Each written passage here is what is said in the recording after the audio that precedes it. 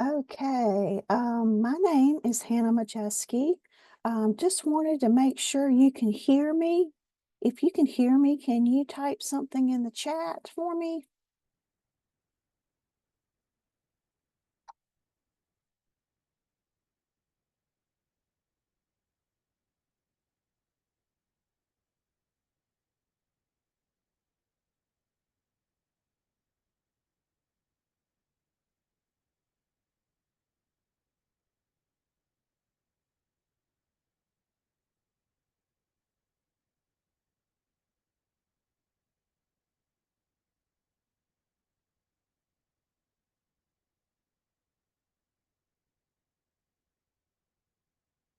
Okay, if you're able to hear me, if you can please type something in the chat and let me know. Oh, perfect, perfect. Thank you so much. I appreciate that. We're going to go ahead and get started because it's 10:30 and I want to keep everybody on track. I am recording, so just want to give you a heads up on that. I'm going to go ahead and share my screen with you. Just let me know if you can't see it. Um, if you can let me know yes or no by audio, if you can hear that, because I can't see my screen very well. Are you able to see my presentation, or were you able to see my presentation?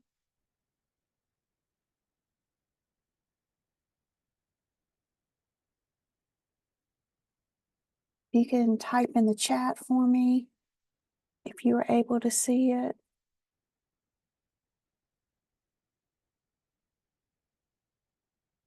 Perfect. Okay.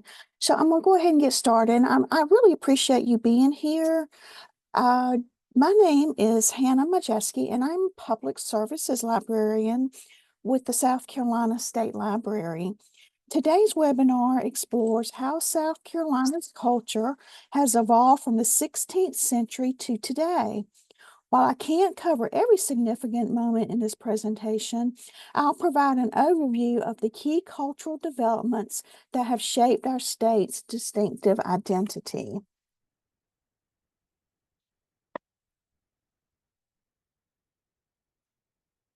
When the Spanish and French explorers arrived in the 16th century, they encountered a land inhabited by numerous small tribes of Native Americans, excuse me, the largest which were the Cherokee and the Catawba.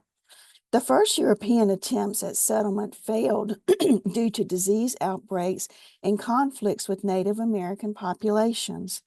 However, in the 1670, the English successfully established a permanent settlement on the coast near present-day Charleston. While Spanish and French colonial efforts were short-lived, their early presence introduced lasting cultural influences, particularly in language and religion, with Catholicism and Romance language elements becoming part of the region's foundational cultural mix. And the map I have showing here shows the map of the Carolina country.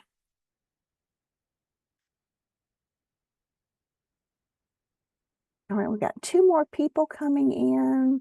So I'm gonna let them join. Welcome everybody. I've started the presentation and this is just my second slide. I was just introducing the Spanish and French explorers from the 16th century. So we're gonna move on. And thank you again for joining. I really appreciate it. Let's see here. Oops. Next slide here. Bear with me, please, while my computer is there. Uh-oh. There we go. Okay, sorry about that. Thank you for your patience with me. To extend, to extend English presence in North America, King Charles II granted the Carolina Territory, encompassing parts of present-day North and South Carolina, to 8 of his supporters. This led to the establishment of Charlestown in 1670, marking the first permanent European colony in what would become South Carolina. The settlement was initially located at Albemarle Point, but eventually moved to the site of present-day Charleston. The colony was named Carolina in honor of King Charles I. In 1710, the original Carolina colony was formally divided into North and South Carolina. Throughout the coastal Low Country, settlers from the British Isles, France, and other parts of Europe established plantations cultivating profitable rice and indigo crops, using the labor of large numbers of enslaved Africans. By 1720, enslaved persons constituted a majority of the population. The port of Charleston emerged as a vital center for trade and commerce, while colonial expansion pushed steadily towards the upcountry, displacing Native Americans from their ancestral homeland. The colonial period established foundational cultural elements that would define South Carolina, an agriculture-based economy centered on plantations and enslaved labor. Charleston's role as a major profit for trade and commerce and significant African influence in language, music, and agricultural knowledge brought by the enslaved population. This 1777 chart of the Port Royal region illustrates an area where there were many rice plantations, which relied on imported African slaves to work the fields until after the American Revolutionary War. Due to the success of the rice export industry, an indigenous planter class rose to power over time, and these colonists would eventually join with others along the eastern seaboard to defy British dominance.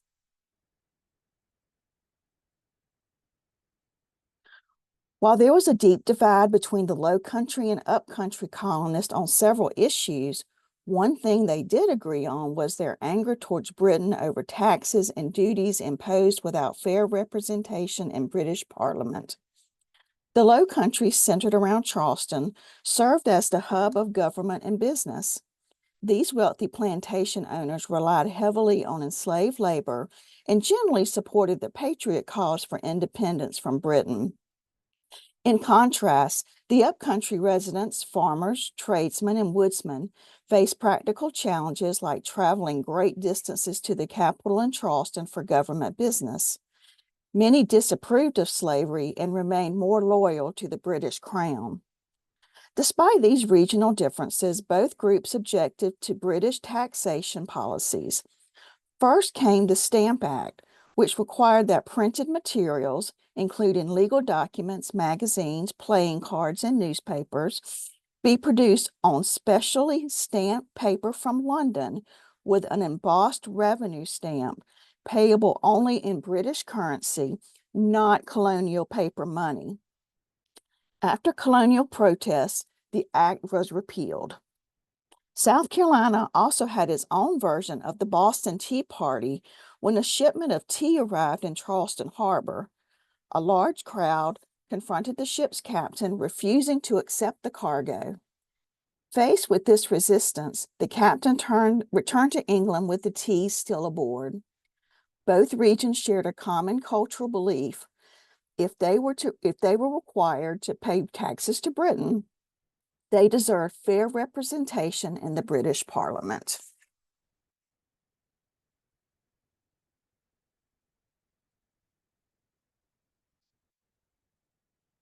By the time of the American Revolution, South Carolina was one of the richest colonies in America. The colony was nearly evenly split between patriots and loyalists, with many battles fought between loyalist Carolinas and patriots, alongside parts of the Cherokee tribe that had allied with the British. More Revolutionary War battles and skirmishes were fought in South Carolina than any other state, over 200 in total, including major engagements at Sullivan's Island, Camden, Kings Mountain, and Cowpens. The Battle of Kings Mountain proved particularly pivotal. Thomas Jefferson described it as the, quote, turn of the tide of success, unquote, the first major Patriot victory following the British invasion and capture of Charleston in 1680. Notably, this battle was fought entirely between Patriots and Loyalists, with no British troops involved, and it ended British plans to invade North Carolina. The Revolutionary War created a unique culture of diverse participation among the South Carolina citizens. While women were traditionally expected to manage homes while men fought, some defied these expectations to support the Patriot cause. Though Deborah Sampson was from Massachusetts, her story exemplifies this spirit. She dressed as a man and joined Patriot forces, even extracting a pistol ball from her own leg when wounded. Her gender remained undetected until she fell ill during an epidemic and lost consciousness in a hospital. She became the only woman to earn a full military pension for Revolutionary War service. Native Americans contributed traditional warfare practices to the battlefield tactics, using their intimate knowledge of terrain and expertise in surprise attacks. Enslaved people also played crucial roles in the war's success, contributing in various ways to the Patriot effort throughout South Carolina's extensive involvement in the Revolutionary conflict. Between the Revolutionary and Civil Wars, South Carolina's culture was fundamentally shaped by its reliance on enslaved labor and deepening political divisions. The state's economy depended heavily on crops including rice, indigo, and cotton, all harvested by enslaved workers. With the invention of the cotton gin, cotton became a major crop, particularly transforming the upcountry economy. A new capital city, Columbia, was strategically founded in the center of the state, somewhat reducing the political dominance of the Lowcountry elite. However, tensions between these regions persisted and intensified. The Lowcountry remained controlled by wealthy plantation owners who formed the elite class, while the Upcountry developed a more diverse population of small land farmers and tradespeople. This period also saw lingering divisions from Revolutionary War allegiances, with some communities maintaining patriot traditions, while others retained loyalist sympathies. A rigid social hierarchy emerged with plantation owners and the elite at the top, small land farmers occupying the middle tier, and enslaved persons forming the foundation of the labor system at the bottom. These regional hostilities between the plantation-dominated Lowcountry and the more egalitarian Upcountry, combined with the state's deep economic dependence on enslaved labor, created internal tensions that would become a significant contributing factor to South Carolina's eventual decision to secede from the Union.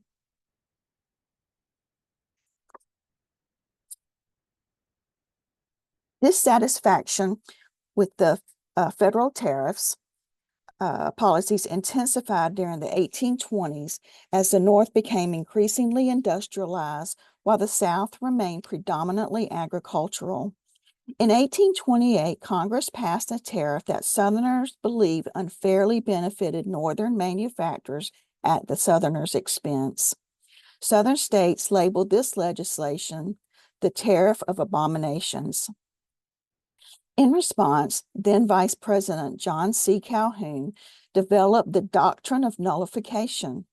Calhoun argued that the federal government existed only at the consent of the states, and therefore any state could declare a federal law unconstitutional and nullify it within its borders if that law proved detrimental to the state's sovereign interest.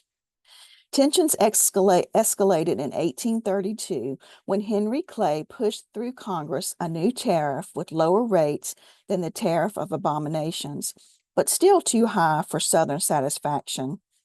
South Carolina, now controlled by a majority of states' rights supporters, enacted the South Carolina Ordinance of Nullification, declaring the federal tariff void within state borders.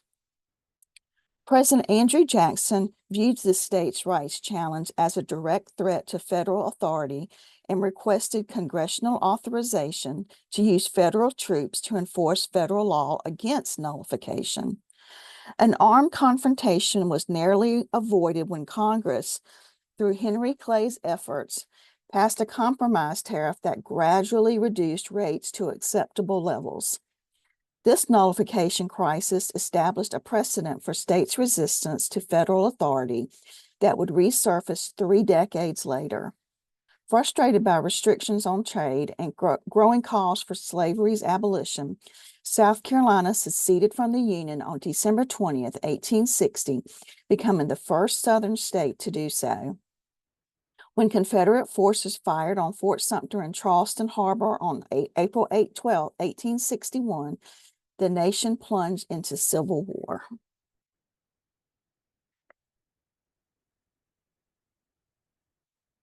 In 1846, the Walker Tariff significantly reduced import duties and moved away from the fixed rate protection-based policies of previous decades. This legislation promoted increased international trade and was strongly supported by Southern Democrats because it reduced costs for imported manufactured goods and benefited their agriculture economy through the expanded free trade policies. The Kansas-Nebraska Act of 1854 further intensified national divisions by repealing the Missouri Compromise and establishing the principle of popular sovereignty. This controversial legislation allowed territorial residents in Kansas and Nebraska to decide the slavery question for themselves through local elections rather than having Congress determine policy based on geographic boundaries. This act led to the violent conflict in Kansas Territory as pro-slavery and anti-slavery factions clashed over the territory's future. The slavery debate reached new heights during the 1858 Lincoln-Douglas debate in Illinois. Abraham Lincoln and Stephen Douglas engaged in 7 public debates that captured national attention, with Lincoln arguing that slavery was morally wrong and opposing its expansion into new territories. Douglas defended popular sovereignty and states' rights, maintaining that local populations should determine their own policies without federal interference regarding slavery. The crisis culminated in the 1860 presidential election when Lincoln won the presidency with only 40% of the popular vote on a Republican platform opposing slavery's expansion. Southern states viewed Lincoln's victory as an existential threat to their way of society and slave-based economy. In December 1860, South Carolina became the first state to succeed, setting in motion the events that would lead again to the Civil War. The Civil War and its aftermath were devastating for South Carolina's population and economy. The state lost nearly 1/5 of its white male population to the conflict, with many white Southern men killed in war, creating profound demographic disruptions. The economy was completely shattered, and critical infrastructure, including railroads, bridges, and buildings, was destroyed or severely damaged. The final blow came in early 1865 when General William T. Sherman marched his troops through South Carolina, burning plantations and most of the city of Columbia. With the plantation system dead and cotton prices remaining persistently low, sharecropping emerged as the dominant agricultural arrangement, trapping both white and black farmers in a cycle of debt and poverty. The Reconstruction period that followed was marked by general economic, social, and political upheaval, complicated by widespread corruption and the state's lack of financial resources to address critical issues of land ownership and labor rights. A dramatic political power shift occurred as the former plantation elite found themselves without money or political power. Their traditional dominance permanently ended. Meanwhile, the large population of freed slaves sought to improve their economic and political positions during this period of uncertainty. When the federal troops withdrew in 1877, white conservatives led by Governor Wade Hampton regained control of state government. Populist reforms in the 1890s subsequently brought more political power to small white farmers rather than restoring the old plantation aristocracy, but African Americans were systematically disenfranchised and increasingly segregated. During Reconstruction, South Carolina made significant strides in education by establishing a mandated, no-cost public school system for all children, regardless of race.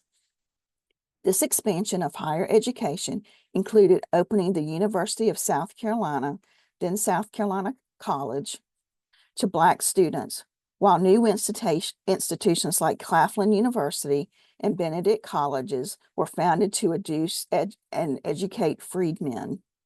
The Freedmen's Bureau, along with Northern philanthropic and missionary organizations, played a key role in establishing private schools for Black children throughout the state.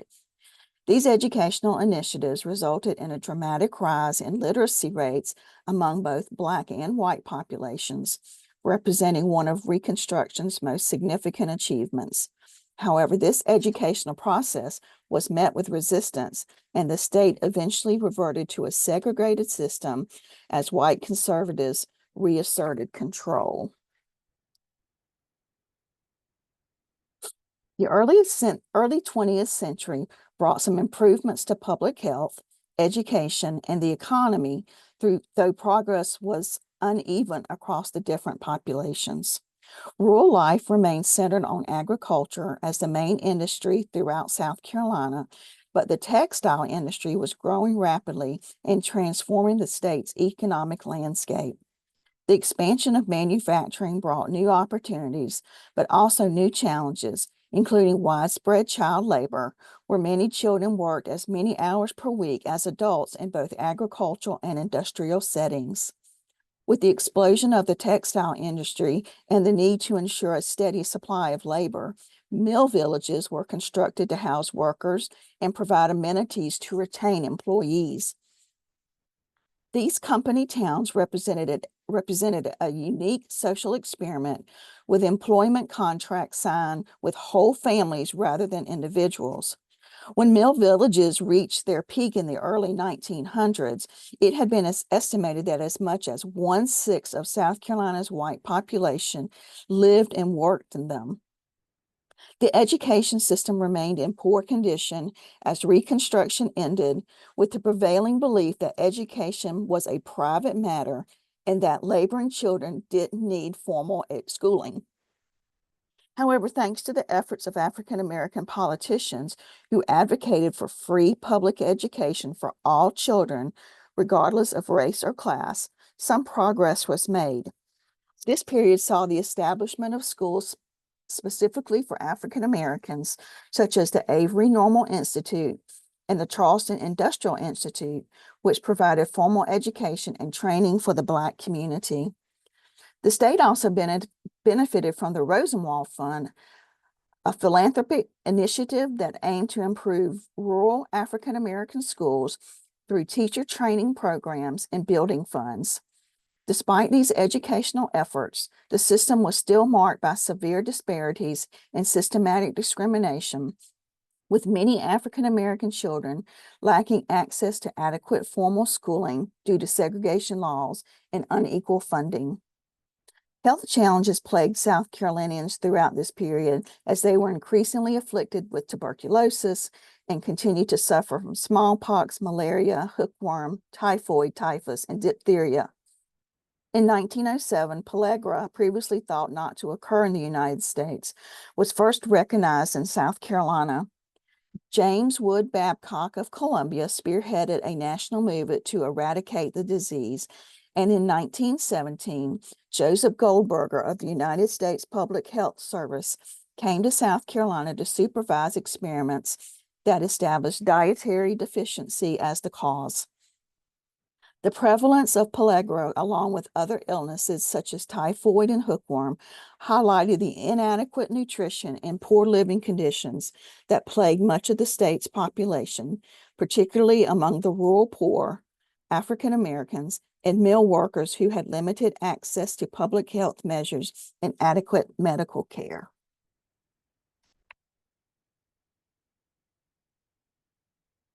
South Carolina was still healing from the devastating effects of the Civil War when World War I began in Europe. The state remained mostly rural and segregated, suffering from widespread poverty, limited education opportunities, and poor public health conditions. Given these lingering wounds from their previous military experience, South Carolinians initially showed little interest in joining another war, with many expressing a "not again" sentiment as they remained focused on recovery from the Civil War's aftermath.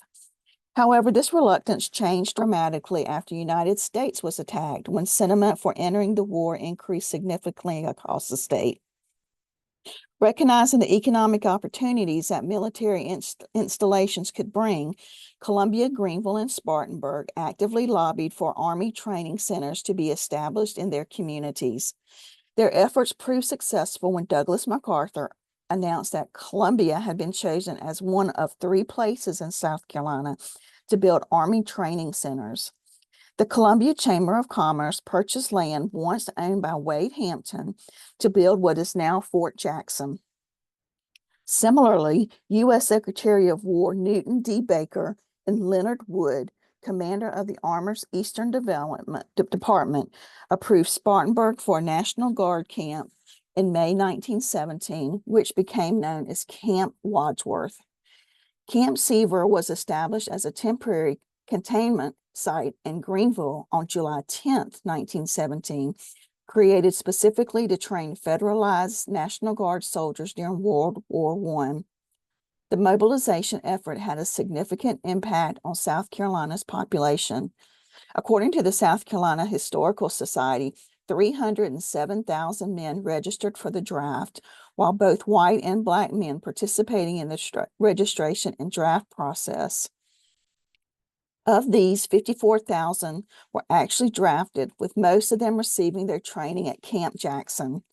In total, over 65,000 South Carolinians served in battle during World War I, representing a substantial commitment from a state that had initially been reluctant to participate in another major military conflict. World War II significantly boosted South Carolina's agriculture, with agricultural wages more than doubling as the state farmers worked to meet wartime demands for cotton and produce. However, many farmers faced severe labor shortages due to men being drafted or leaving for industrial jobs. These shortages were partially alleviated by employing German prisoners of war on farms in counties such as Aiken, Greenwood, and Marlborough. Seasonal camp housing, between 200 to 400 POWs, were constructed in these and other counties between 1943 and 1945, with a central camp for nearly 2,000 prisoners established at Fort Jackson in 1944. Textile and steel industries experienced remarkable growth during the war years. In the textile industry, significant increases in both production and the labor force occurred as manufacturers successfully met wartime production goals, with cotton consumption by textile mills increasing more than 60%. The Charleston Navy Yard became a major production center, manufacturing more than 300 medium-sized and small vessels while repairing numerous others.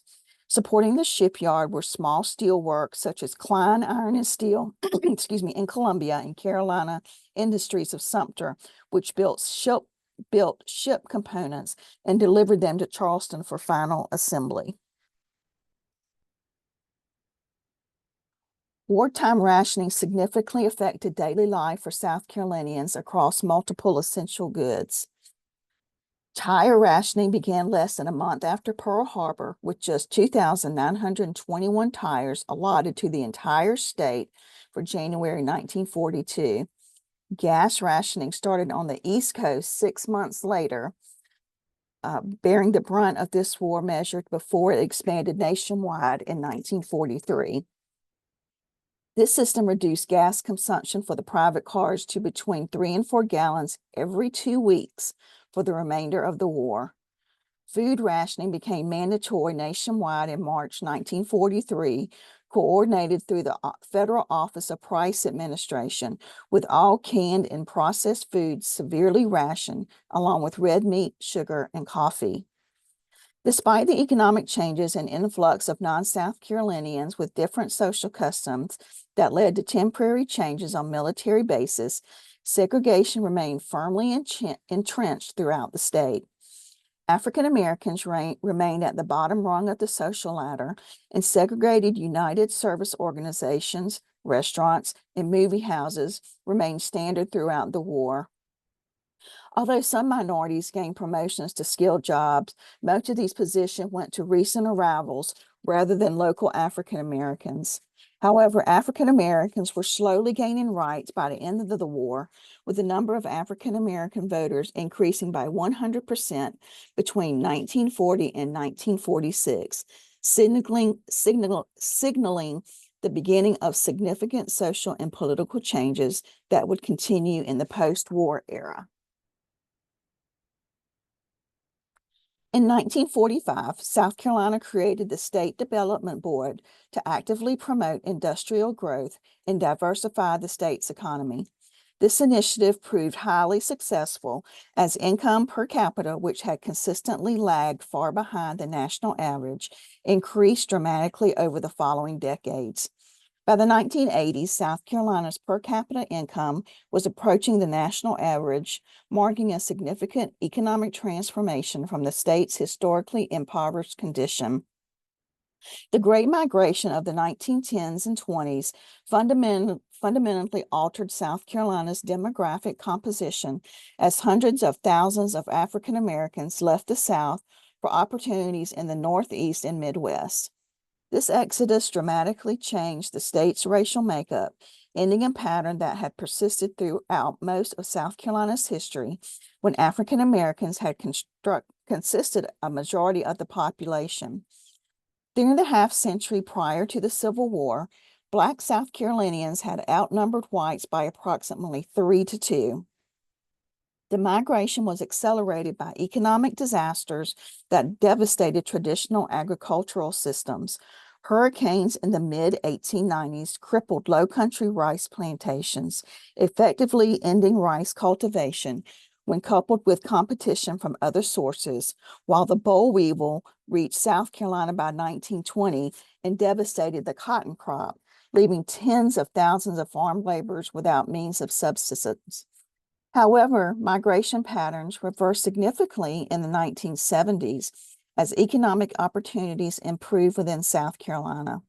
The combination of desegregation, improvements in public education, and enforcement of Black civil rights, including voting rights and access to public accommodations, made the state more attractive to African Americans.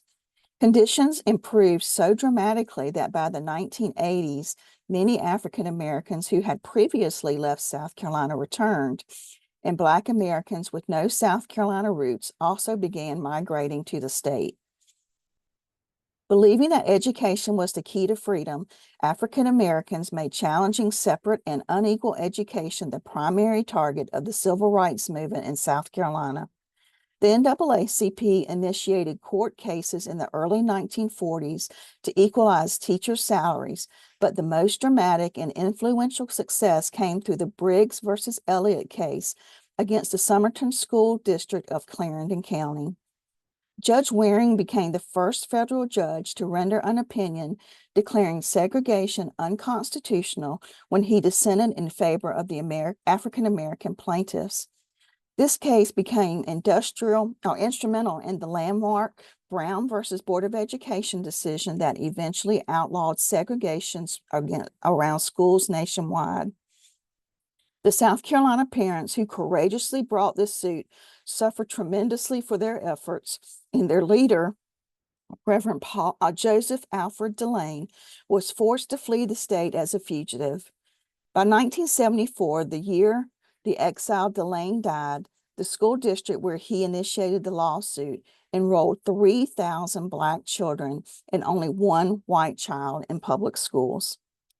Despite legal victories, actual integration proceeded slowly and faced significant resistance. The state attempted to circumvent integration by allowing students to attend schools in any district where parents owned property, and most school districts did not actually integrate until 1971. Private segregation academies continued attracting white students well into the 21st century. Following the Civil Rights Act of 1964 and the Voting Rights Act of 1965, the protest movement expanded to address economic inequalities. Only federal enforcement of the Civil Rights Act of 1964 succeeded in integrating the cotton mills, though most mill villages remained residentially segregated. In 1969, African-American hospital workers in Charleston, predominantly women, conducted a 100-day strike that gained national attention when the Southern Christian Leadership Conference and Ralph Abernathy provided support. The workers ultimately won important concessions, and the national news media drew comparisons to the Memphis sanitation strike, where Martin Luther King Jr. had been assassinated the previous year. Tourism emerged as a major industry, particularly in the Myrtle Beach area, transforming South Carolina's coastal economy.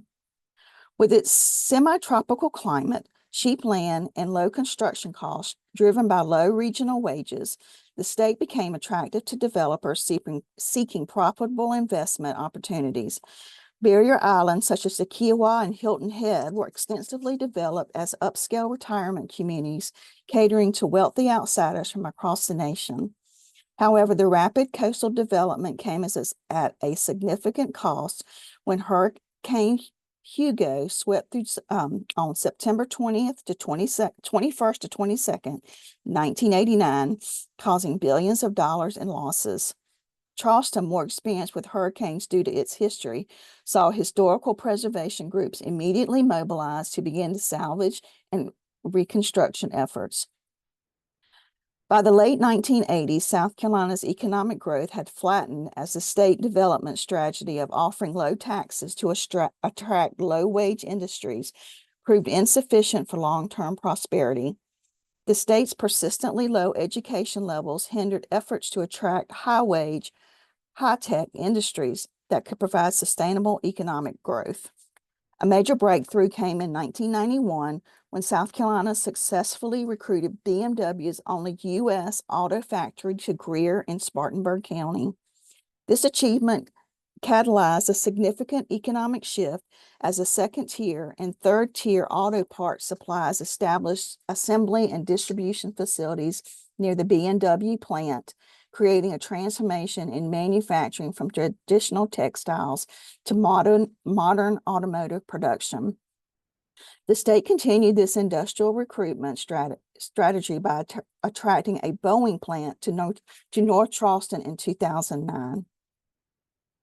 The 1970s marked a significant political transformation when South Carolina elected James B. Edwards as the state's first Republican governor since Reconstruction, signaling a broader partisan realignment as many politicians switched from the Democratic Party to the GOP. Republican leadership brought new perspectives to long-standing issues, with one Republican governor, David Beasley, announcing in 1996 that he could not justify keeping the Confederate flag flying over the Capitol. The Confederate flag controversy continued under the subsequent leadership, with the next governor, Democrat James Hodges, initially opposing the Confederate flag's removal, but eventually agreeing to a popular compromise that transferred the flag to a Confederate monument on the State House grounds rather than flying it above the Capitol dome. Political changes also affected video gaming policy, as Governor Hodges had initially proposed a state lottery to support education funding, but a public opinion turned against video gaming, and state legislators shut down the state's video casinos soon after Governor Hodges took office. South Carolina achieved another political milestone 2010, when voters elected the state's first female governor, Nikki Haley, representing continued progress in diversifying political leadership. Educational challenges remain persistent, with the early 1980s national standardized tests revealing that South Carolina students averaged below the national average in all tested subjects across all grades, with growing disparities between white and African American student scores. The state was ranked last on the Scholastic Assessment Test, the SAT, which predicts college performance. During the 1980s and 90s, the General Assembly responded with comprehensive educational reforms, passing laws directing the educational system to become more accountable for student development. School reform initiatives included mandatory kindergarten for all 5-year-olds, programs for gifted and talented students, remedial programs, discipline-based arts, music and dance instruction, and an exit requirement that was later eliminated. Additional education acts encourage greater parental involvement through integrated healthcare, nutrition, and preschool programs, with these collective efforts gradually making progress towards creating more effective schools throughout the state. South Carolina's culture is deeply rooted in Southern hospitality, agricultural heritage, and its unique coastal and mountainous geography. The coast showcases Gullah Geechee influences from West African traditions, evidence in the cuisine, crafts, and language, while the inland areas reflect more Appalachian and Piedmont influences. Food culture is central to South Carolina identity, featuring signature dishes like shrimp and grits, she crab soup, and barbecue with the state's distinctive mustard-based sauce, all washed down with sweet tea. Strong traditions, family gatherings, and church communities serve as social anchors, while college football, especially the fierce Clemson-South Carolina rivalry, creates passionate tribal loyalties. The state's complex Civil War history and ongoing conversations about the slavery's legacy continue to shape cultural identity. Growing cities such as Greenville and Charleston attract newcomers who add diversity to the traditional Southern cultural base, creating a dynamic blend of old and new influences. And that is my presentation for today. I really appreciate everyone being here. Does anyone have any questions? Yeah, there was so much covered. How did you decide what to concentrate on? Because I think that would have been a real challenge for me. Um, it was a big challenge. I honestly just went through and picked out things that I thought were interesting and that might be relevant mostly to South Carolina's history. There was so much that I really had to trim it down. And I only had it scheduled for 30 minutes, thinking, oh, this won't be a lot to get through. And I now see I went over by 15 minutes. So I truly apologize for that. But it was just a lot to go through. I've done other webinars where I've had to talk about South Carolina history, and it's with so much, it's very difficult to pin down exactly what to talk about.